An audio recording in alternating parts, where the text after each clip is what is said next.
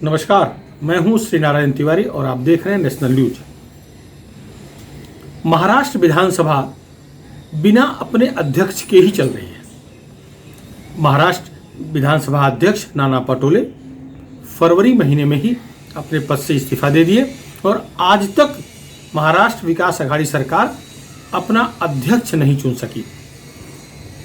उसका कारण स्पष्ट है कि इनके पास देखने के लिए तो बहुमत है, लेकिन आपसी अंतर्कलह इतना है कि वो एक दूसरे को आगे बढ़ता देखना नहीं चाहते।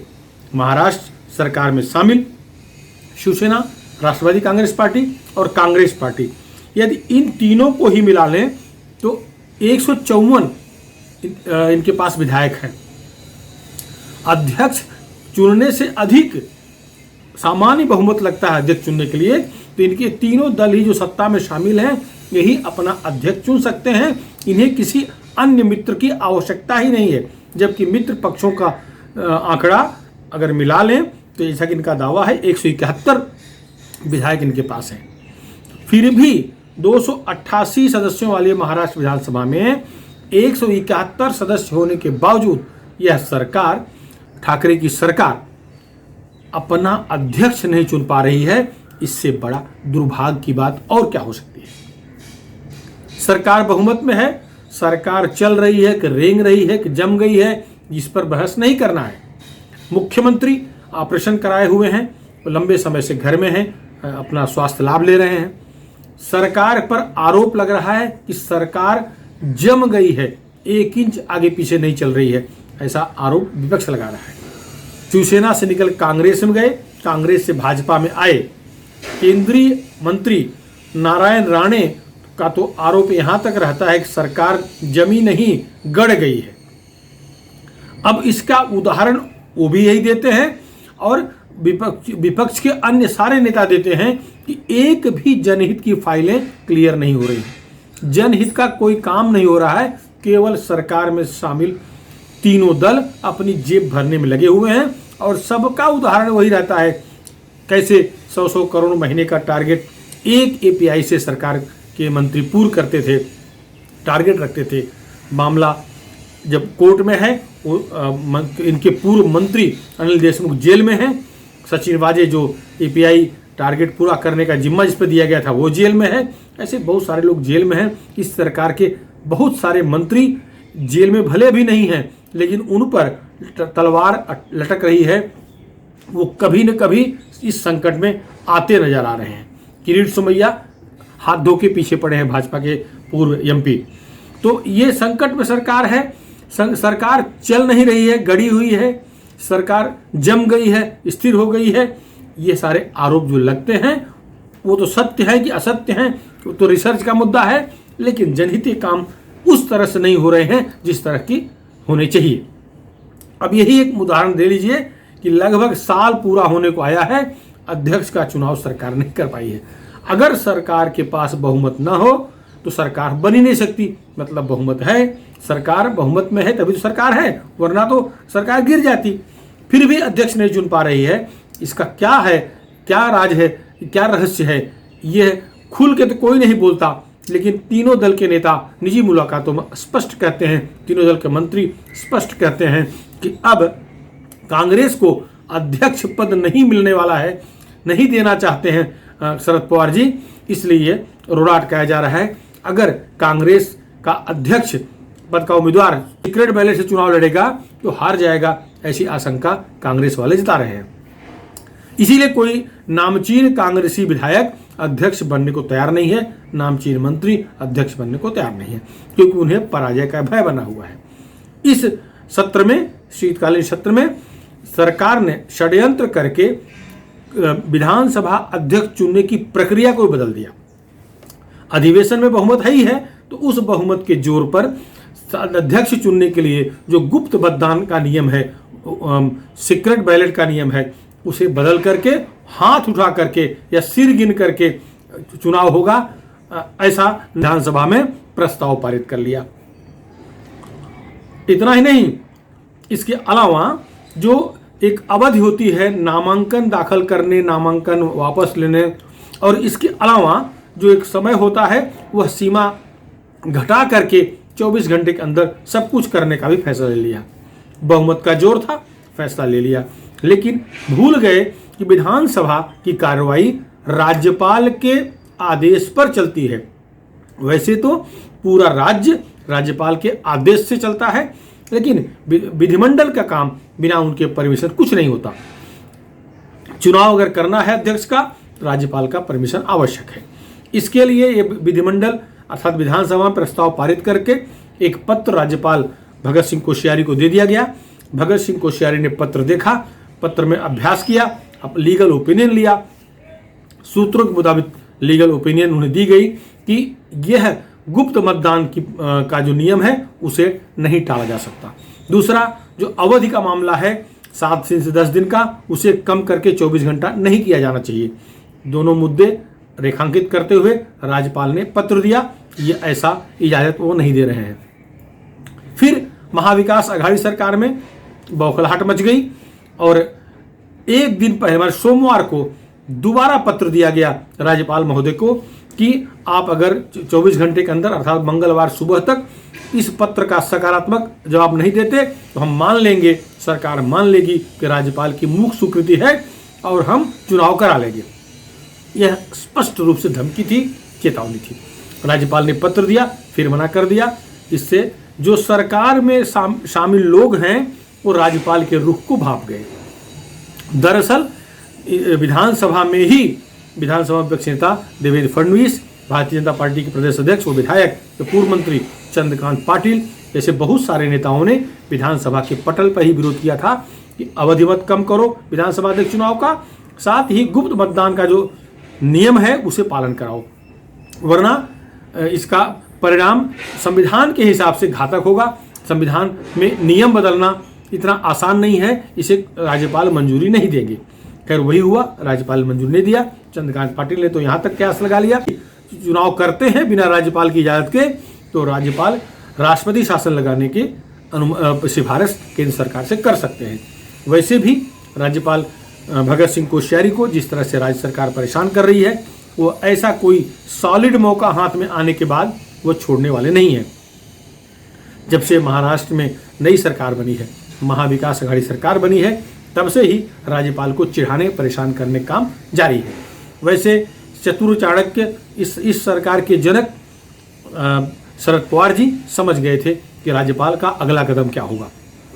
उन्होंने सुबह उद्धव ठाकरे को फोन करके मना कर दिया कि अध्यक्ष चुनाव न कराएं, अध्यक्ष चुनाव कराया जाना हितकर नहीं होगा, सरकार गिर सकती है, सरकार को बर्खास्त किया सकता है। ये मुद्दा हो गया। और जिस समय कैबिनेट में तय किया गया, दूसरा पत्र देने का फैसला लिया गया कि राज्यपाल से कहा जाए अगर वो परमिशन नहीं देंगे तो भी चुनाव करा लेंगे, तो उप मुख्यमंत्री अजित पवार ने वहां भी विरोध कर दिया था कि बिना राज्यपाल के परमिशन के चुनाव नहीं होगा अध्यक्ष का। तो इस तरह से पवार काका भतीजे इस चुनाव के पक्ष में नहीं थे, वो नहीं चाहते थे। यही संकेत मिल रहा है कि यदि गुप्त मतदान होगा तो राष्ट्रवादी कांग्रेस पार्टी के बहुत सारे लोग क्रॉस वोटिंग कर सकते हैं, अनुपस्थित हो सकते हैं। नियमानुसार विधानसभा अध्यक्ष के लिए चुनाव के लिए व्हिप जारी नहीं किया जा सकता, इसलिए व्हिप का पालन करना अनिवार्य नहीं होगा। एक रास्ता सरकार निकाल सकती है, विधानसभा अध्यक्ष चुनाव के साथ साथ कुछ और महत्वपूर्ण प्रोग्राम विधानसभा के रख दे और उस प्रोग्राम के बहाने सब पर व्हिप जारी कर दे, ये हो सकता है। लेकिन उसका भी काट है, वो विधानसभा अध्यक्ष चुनाव पहले लिया जाएगा, इसके बाद कार्यक्रम रहेगा, तो पहले चुनाव हो जाने तक जिनको बहिष्कार करना होगा बहिष्कार कर सकते हैं, छुपा बहिष्कार नहीं आएंगे, अनुपस्थित रहेंगे, कोई भी कारण दिखा देंगे। अगर गुप्त मतदान होता है तो गुप्त मतदान में तो क्रॉस वोटिंग का मार्ग एकदम से ओपन है। तो क्रॉस वोटिंग के डर से एक किसी भी हालत में कांग्रेस को अध्यक्ष पद अब नहीं देना है। दो, शरद पवार और अजित पवार नहीं चाहते कि अध्यक्ष का चुनाव हो। एक तो उपाध्यक्ष के पद पर बैठे जीरवल निरहारी राष्ट्रवादी कांग्रेस पार्टी के नेता हैं, विधायक हैं, तो अध्यक्ष की अनुपस्थिति में सारा कामकाज उपाध्यक्ष देख रहे हैं। तो कुल मिलाकर के अध्यक्ष का पद उपाध्यक्ष के पास है और उपाध्यक्ष राष्ट्रवादी कांग्रेस पार्टी का है। तो राज तो राष्ट्रवादी कांग्रेस पार्टी कर ही रही है। जिस समय नाना पटोले ने इस्तीफा दिया था उसी समय शरद पवार ने स्पष्ट शब्दों में कह दिया था अब कांग्रेस का क्लेम अध्यक्ष पद से समाप्त हो चुका है, अब ओपन हो गया है पद, तीनों दल इस पर डिमांड कर सकते हैं। तभी से राष्ट्रवादी कांग्रेस पार्टी शिवसेना अध्यक्ष बनने के लिए अपना दावा ठोक रही थी। तो एक तो नाराजगी है, अध्यक्ष शिवसेना को चाहिए, अध्यक्ष पद शरद पवार जी को चाहिए, राष्ट्रवादी कांग्रेस पार्टी चाहिए। ये नाराजगी गुप्त मतदान में क्रॉस वोटिंग करा सकती है। इसको भांपते हुए कांग्रेस वाले लगातार ये कोशिश कर रहे हैं कि गुप्त मतदान न हो, ओपन हो। ओपन होगा तो सामने दिख जाएगा कौन साथ है कौन नहीं साथ है। ऐसी स्थिति में पार्टी उनके खिलाफ एक्शन ले सकती है। और भाजपा शुरू से कहती आई है कि अध्यक्ष का चुनाव गुप्त मतदान से होना चाहिए, तो गुप्त मतदान का अगर नियम है तो वही हो। लेकिन बहुमत के जोर पर विधानसभा में ये प्रस्ताव पारित कर दिया गया। खैर, राज्यपाल ने रोक दिया। राज्यपाल से खुन्नस कई कारण है सरकार का। 12 विधायकों का फैसला, कैबिनेट निर्णय महाराष्ट्र विकास अघाड़ी सरकार ने राज्यपाल के पास भेजा था, उस पर अभी तक हरी झंडी नहीं मिली है। अर्थात 12 MLCs जो विधान परिषद चुने जाते हैं, जो राज्यपाल के विवेकाधीन कोटा का मुद्दा है, उस पर सरकार चाहती थी वो अपने नेताओं को एडजस्ट करे, राज्यपाल नहीं कर रहे हैं। नियमानुसार कैबिनेट के फैसले को राज्यपाल को मानना अनिवार्य कहा गया है। एक बार लौटा सकते हैं, दोबारा उसको मानना पड़ता है। लेकिन मानना कितना दिन में है यह नियम कहीं नहीं लिखा हुआ है कि एक दिन मान ले, 1 साल माने, 5 साल माने, यह कहीं समय निर्धारण नहीं है। तो राज्यपाल उसी के तहत अपने विवेक का उपयोग कर रहे हैं। 12 MLCs का जो MLC चुने जाने का जो प्रस्ताव है वैसे पड़ा हुआ है। राज्यपाल का कार्यालय कहता है कि महामहिम के अधिकार विवेक बुद्धि का मामला है, वो जब उनको उचित लगेगा फैसला लेंगे, उस पर कोई दबाव नहीं डाल सकता। उन्होंने रिजेक्ट नहीं किया है, लेंगे फैसला। साल भर हो गया, विधान परिषद के 12 सदस्यों का पद रिक्त पड़ा हुआ है, जिसे राज्यपाल मनोनीत करें, राज्यपाल नियुक्त करें। इससे खुन्नस बढ़ा हुआ है। इसी खुन्नस के कारण महाराष्ट्र सरकार का जो एरोप्लेन था जिसपे राज्यपाल महोदय उत्तराखंड जाने वाले थे, वह एयरपोर्ट से राज्यपाल महोदय को लौटा दिया गया। एयरपोर्ट से वो प्राइवेट प्लेन से उत्तराखंड गए हैं, लेकिन सरकारी प्लेन जिस सरकारी वस्तु के असली मालिक राज्यपाल होते हैं, उन्हें नहीं दिया गया।